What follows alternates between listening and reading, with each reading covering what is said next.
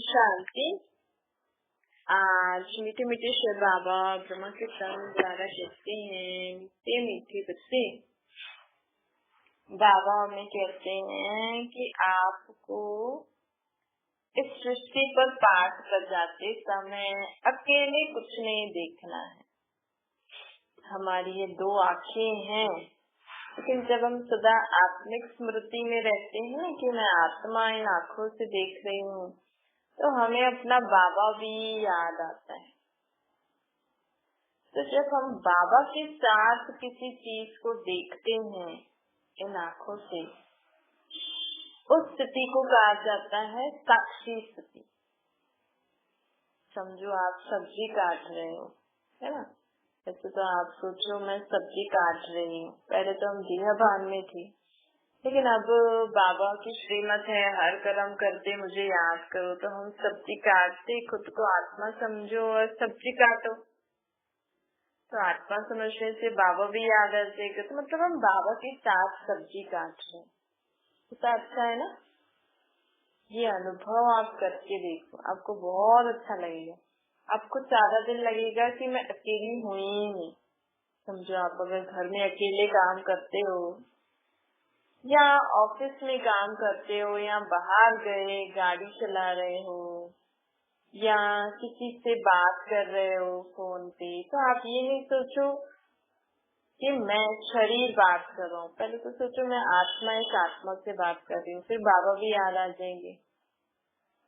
तो जैसे तो बाबा और मैं बात कर रही हूँ, आपको ऐसा अनुभव होगा वो आत्मा यथार्थ उसको क्या चाहिए वो आपको अनुभव होगा। आपको लगेगा कि हाँ इस आत्मा को ये चाहिए, क्योंकि वो बाबा को टच होता है, बाबा हमें टच करते हैं। फिर हम उनसे वैसे वैसे बोलने लग जाते हैं ना, फिर उनको लगता है अरे इसको तो सब कुछ पता है, तो समझ गई।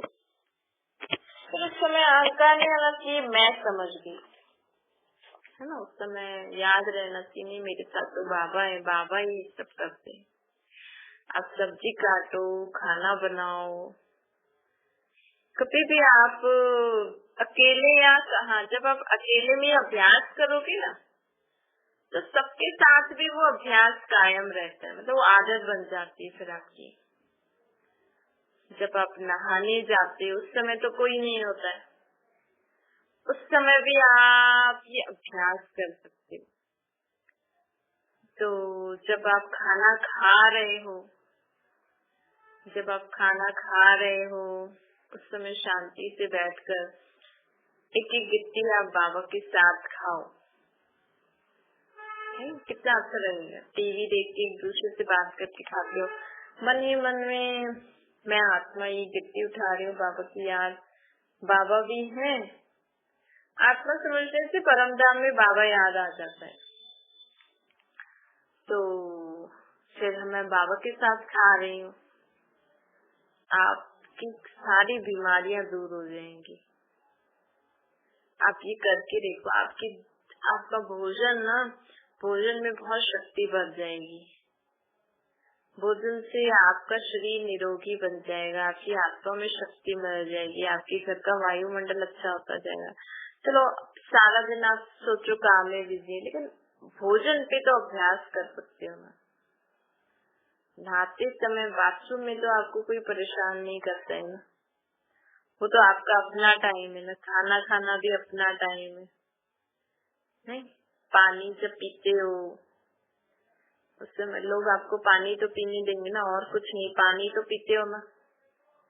खाते पीते तो हो, ऐसे ना काउंट करो। बाबा कहते हैं दिन में हमें 8 घंटे बाबा को याद करना चाहिए। बाकी समय आप कर्म क्षेत्र पे कर्म करते हो वो ठीक है, लेकिन ये अभ्यास करो 8 घंटे। कब कब आप दे सकते हो, सारे दिन में 8 घंटा कब आप दे सकते हो उस समय, मतलब देखो 24 घंटे होते हैं। अगर आप सोचो मैं 8 घंटे सोऊं, 8 घंटे घर का काम करूं, 8 घंटे तो आपके अपने होंगे ही से। आप सिर्फ अपना चेक करोगे ना तो आपको समझ में आ जाएगा। तो ऐसे से क्या होता है, हम बाबा की याद में रहते हैं तो इसको साक्षी बन की स्थिति कहा जाता है। समझो 2 जने कोई भी बात कर रहे हैं, आप अपने संकल्प चलाओगे, शायद ऐसा हुआ होगा, ऐसा हुआ होगा। अब बाबा की याद में रहकर साक्षी होके देखना तो आपको सब बातें समझ में आती हैं। अगर आपको समझना है तो वैसे तो बाबा कहते हैं 2 जनों का मतलब है बीच में आप क्यों पढ़ रहे हो, लेकिन आप सोचो नहीं हम घर के हैं या हमारा ये ड्यूटी है। समझो 2 जनों की लड़ाई हो रही है, आप समझो नहीं हमारी ड्यूटी है, हमारी जिम्मेवारी है, तो आप अकेले उनकी प्रॉब्लम को सॉल्व नहीं कर पाओगे। आप बाबा की याद में रहकर उन दोनों आत्माओं को साक्षी होकर देखोगे, उनकी बातों को समझोगे। साक्षीपन यही कि हम बाबा की याद बाबा के साथ सुने, देखें, बोले, बाबा के साथ रहें हम और उस बात को अनुभव करें। इसको कहते हैं साक्षी स्थिति। तो बाबा कहते हैं ऐसे से जब आप अभ्यास करोगे ना तो आपको क्या नाटक चल रहा है, क्या खेल चल रहा है, कौन सही है कौन गलत है, क्या करना चाहिए, वो बाबा आपको आपे ही टच कर देते।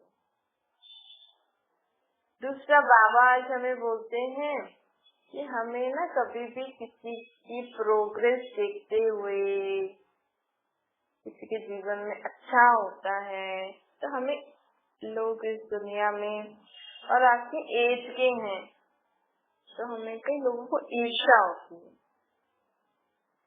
ईर्ष्या नहीं होनी चाहिए।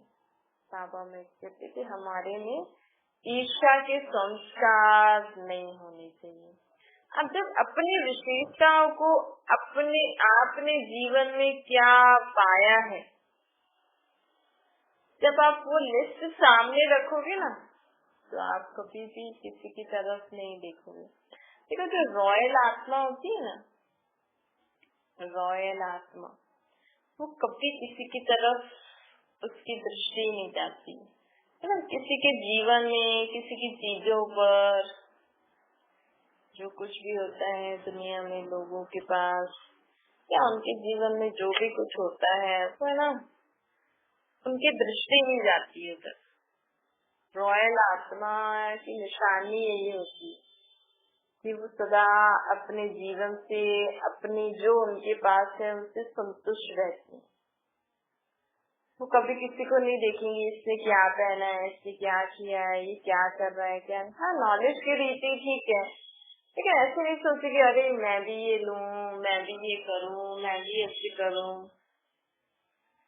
हाँ ठीक है, आप अपने फील्ड में आगे जाओ, रेस करो, आप उनसे रीस नहीं करो कि नहीं ये भी ये कर रही है तो मैं भी ये करूँ। कई लोगों की आदत होती है, अभी सुनेंगे फलानी ये कर रही है मैं भी ये करूंगी। अभी उनका प्लान था कि मैं ऐसे करूंगी, लेकिन सुना फलानी ऐसे कर रही है तो मैं भी करूंगी, फलानी उधर जा रही है तो मैं भी जाऊंगी, फलानी ऐसा मेकअप कर रही है, ये सब ड्रेसेस ले रही है तो मैं भी करूंगी। तो बाबा कहते हैं ऐसे बीच नहीं करना चाहिए, रेस करो और कभी भी किसी से ईर्ष्या नहीं करो। तो हमें चेक करना है कि हमें अगर किसी से ईर्ष्या होती है तो ये भी पाप हो जाता है। मतलब देखो ये जो है ना विकार, बुराइयां, ये हमसे पाप करते हैं। हम आत्माएं जब सत्युग में आए थे ना तो हम शुद्ध आत्मा थे। हम आत्माएं जब सत्युग में आई थी तो हम सब शुद्ध आत्माएं थे। हमारे में कोई भी अशुद्धि नहीं थी, कोई भी विकार नहीं था, कोई भी बुराई नहीं थी। हम तो प्रधान आत्मा थे। फिर जब हम त्रेता में आए तो भी हमारी डिग्री कम हो गई थी कलाओं की, हम सतो प्रधान से सतो में आ गए थे। लेकिन द्वापर और कलयुग में हमने टोटल 63 जन्म लिए। इन 63 जन्मों में हमने पता नहीं क्या किया, किन किन से गलत काम किए, विकार बुराइयों के वश होकर पता नहीं कितनी आत्माएं जो हमारे संपर्क में आई होंगी। तो जो आज आपके जीवन में कितनी आत्माएं संपर्क में आती हैं एट प्रेजेंट। फिर आप बाहर जाओ कभी, फिर आप उन लोगों से संपर्क में आते हो ना। ऐसे अगर आप सोचो आपके बचपन से अभी तक आप कितनी आत्माओं के संपर्क में आए होंगे, है ना। अगर आप हिसाब लगाओ, आज लगाना, अगर टाइम मिले तो आज या कल, तो आप लगाना मैं बचपन से कितनी आत्माओं के संपर्क में आई, कितनों के बारे में मैंने कब कब बुरा सोचा, क्या क्या उल्टा सुल्टा बोला किया। चलो बचपन की बातें मोटे मोटे रूप में तो याद रहती हैं। चलो एक हफ्ते का देखना, आपके पिछले एक हफ्ते का, कि मैंने किन किन के लिए गलत सोचा, बोला, किया। अगर आपको वो भी मुश्किल लगता है तो आज का ही देख लेना। तो आप आज एक दिन के हिसाब से, और जो आपकी और भी संस्कार, अगर बुराइयां ऐसी हैं कि आप जो हो जाती हैं आपसे संस्कारवश, वो भी आप चेक करते रहोगे तो सोचो इस जन्म में हमने कितने पाप कर लिए। उसके साथ ये भी जोड़ना कि आपने कितना भगवान को सर्वव्यापी कहा है, कण कण में कहा है, ठिक्कर बित्तर में कहा है। कितनी बार आपने सोचा कि मेरे साथ भगवान ने गलत किया। ये भी पाप करते हो ना। जब हम सोचते हैं ना भगवान ने मेरे साथ या इसके साथ गलत किया, तो ये भी हम भगवान के ऊपर जो दोष देते हैं ना, ये भी पाप हो जाता है। तो इसको भी काउंट करना। आप भगवान को बंदर के मुंह, हाथी के मुंह जैसा, काली दुर्गा जैसा समझते हो, ये भी तो गलत है ना। ऐसा रूप भगवान का, तो ये भी गलत, ये भी पाप हम लेते हैं। तो ऐसे ऐसे करके सोचो हमारे इस जन्म में, एक हफ्ते में, आज के दिन में कितने पाप हो गए होंगे। अगर आप भक्ति अभी भी करते हो तो फिर उस हिसाब से आप सोचो 63 जन्म। फिर आप काम विकार में जाके आपने बच्चे भी पैदा किए। नहीं, हम ये नहीं बोल सकते कि नहीं ये तो प्रकृति, ये तो कलयुगी दुनिया का नियम है। लेकिन आप गीता भी तो पढ़ते हो ना। गीता में तो लिखा है काम और शत्रु है ना। तो आपने पढ़ा, फिर भी आप विकार में गए तो पाप किया ना। कामवश, क्रोधवश, लोभवश, मोहवश, अहंकारवश, ईर्ष्या, द्वेष, नफरत, घृणा, रोना, रूसना, चिल्लाना, इन सबके वश होकर आलस्य, अलबेलापन, ये सब विकार बुराइयां हैं। इन सबके वश होकर अगर हम कर्म करते हैं तो समझो हमने द्वापर कलयुग में कितना पाप का बोझा अपने सर पे चढ़ाए हैं। तो चढ़ाए मतलब हमारी आत्मा इस बोझ के कारण ना काली हो गई है। तो हमारी आत्मा ऐसी हो गई है, अब उसको पावन बनाना है, उसको शुद्ध बनाना है। तो भगवान ये नहीं कह रहे आपने क्यों किया। भगवान फिर भी कह रहे हैं चलो द्वापर कलयुग में विकारों का सिस्टम था, विक्रमी संवत शुरू हुआ, आपने उनके वश होकर कर्म कर लिया। भगवान हमने एक्सेप्ट किया ना, हमने किया, हमने कर लिया। अब तो बाबा हमें कह रहे हैं ना अब नहीं करना। जैसे हम बच्चों को बोलते हैं ना, चलो ठीक है आपने जो किया संगत के प्रभाव में आके कर लिया, आपकी भूल थी, लेकिन अब नहीं करना। जैसे हम बच्चों को बोलते हैं ना, वैसे ही बाबा हमें भी बोलते हैं कि चलो जो किया सो किया, अब नहीं करना। और अब करना भी नहीं और मुझे याद भी करो ताकि आपकी आत्मा स्वच्छ हो जाए, पावन हो जाए। तो बाबा हमें कहते हैं तभी आपकी आत्मा सुख प्रदान होगी, तभी आप बिना सजा खाए मेरे साथ परम धाम में चल सकोगे। अगर आपको धर्मराजपुरी की सजा नहीं खानी है, धर्मराजपुरी में सजा नहीं खानी है धर्मराज की, अगर आपको खुशी खुशी शरीर छोड़ना है, बाबा के साथ चलना है, जिसको हमें बाबा लेके जा रहे हैं, अगर आपको ये अनुभव करना है, अपनी आत्मा को स्वच्छ बनाना है कि जो आए दिन हमारे जीवन में दुख परेशानी किसी भी कारण आती है, चाहे दिन के कारण से, प्रकृति के कारण से, संबंधों के कारण, इसका मूल कारण ही है हम आत्माओं के ऊपर जो हमने बुरे कर्म किए, तो ऊपर जो लेप शेप चढ़ा हुआ है ना। तो यहाँ से अगर किसी ने झूठ बोला, किसी का नुकसान हो गया, हमारे झूठ बोलने से किसी का बुरा हो गया, नुकसान हो गया, तो उस समय हमारे आत्मा के ऊपर काला दाग चढ़ जाता है। हमने किसी को मजाक में चिढ़ाया, हमने तो मजाक में ही चढ़ाया, उसको बुरा लग गया, उसको बुरा लग गया और आपने मन में भी रख लिया। और ये तो गलत है। भगवान की शिक्षा है कि मजाक ऐसी हो कि हमारा भी फायदा, उसका भी फायदा। चलो आपको पहले नहीं पता था, अब तो पता है। अब से ऐसी मजाक नहीं करना, और जो करी है जिसके कारण हमारे आत्मा के ऊपर काला दाग चढ़ा है, हमने तो मजाक की, उसको बुरा लग गया, तो काला दाग तो चढ़ेगा ना, नहीं? तो ऐसे ही बाबा कहते हैं, ऐसे सोचो हम श्रेष्ठ जन्मों में हमने कितनी गलतियां की होगी। आप सोचो हम बच्चों को सुधारने के लिए क्रोध करते हैं, रोप रखते हैं, पर ये भी गलत है, तो भी दाग तो चढ़ गया। आप विकार बुराइयों के वश कुछ भी कर रहे हो, देखो परमात्मा की पूरी विश्व की आत्माएं बच्चे हैं। आपके तो कितने बच्चे, लेकिन भगवान के तो सभी आत्माएं बच्चे हैं, और सभी की वैरायटी संस्कार, वैरायटी आदतें। तो भी परमात्मा इसका प्यार का सागर, कभी भी गुस्सा नहीं करते। खुदा कहते हैं मेरे बच्चे, मीठे बच्चे, प्यारे बच्चे, लाडले बच्चे, ऐसा कहते हैं परमात्मा। मेरे बच्चे, मीठे बच्चे, प्यारे बच्चे, लाडले बच्चे। भगवान कभी भी क्रोधित नहीं होता है। भगवान कभी भी हमें ऐसा नहीं बोलता है कि आपने गलत किया। उनको पता है कि बच्चे हैं, बच्चे गलती नहीं करेंगे तो कौन करेगा।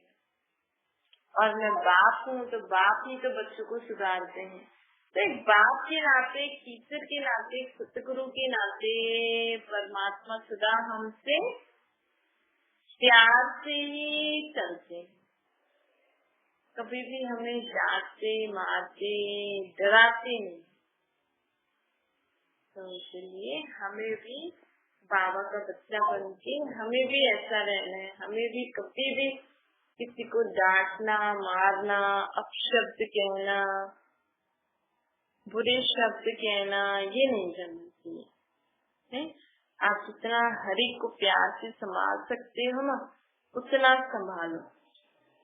एक तो क्रोध करके, अगर आप सोचो हम इनको क्रोध करके संभालें, तो वो ठीक नहीं। क्योंकि क्रोध तो विकार है, क्रोध तो भूत है। तो क्रोधवश अगर आप किसी को समझा रहे हो, किसी को कर रहे हो, तो वो भी बात ठीक नहीं होती। इसलिए बाबा कहते हैं सदा एक दूसरे से प्यार से संबंध में आओ। कभी भी किसी से घृणा, नफरत, कभी भी किसी से बुरा व्यवहार नहीं करो। चाहे आपके बच्चे क्यों न हो, चाहे आपके घर में जो आपके साथ काम आदि करते हैं, आपके ऑफिस में करते हैं, अब उनको जितना आता है, जैसा आता है, उनसे जैसे काम निकलवाना है वैसे निकलवाते जाओ। बाकी हम अगर उनको बुरे शब्द बोल के, उल्टा सुल्टा बोल के, और हम सोचें कि ये ऐसा करें, ऐसा करें, ऐसा करें, तो वो ठीक नहीं है।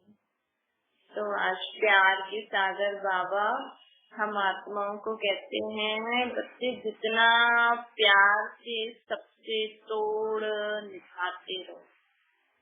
नहीं, दुनिया के हिसाब से इस समय प्यार से संबंध निभाना, प्यार से सबके साथ व्यवहार करना ही सही समय, सही बात है।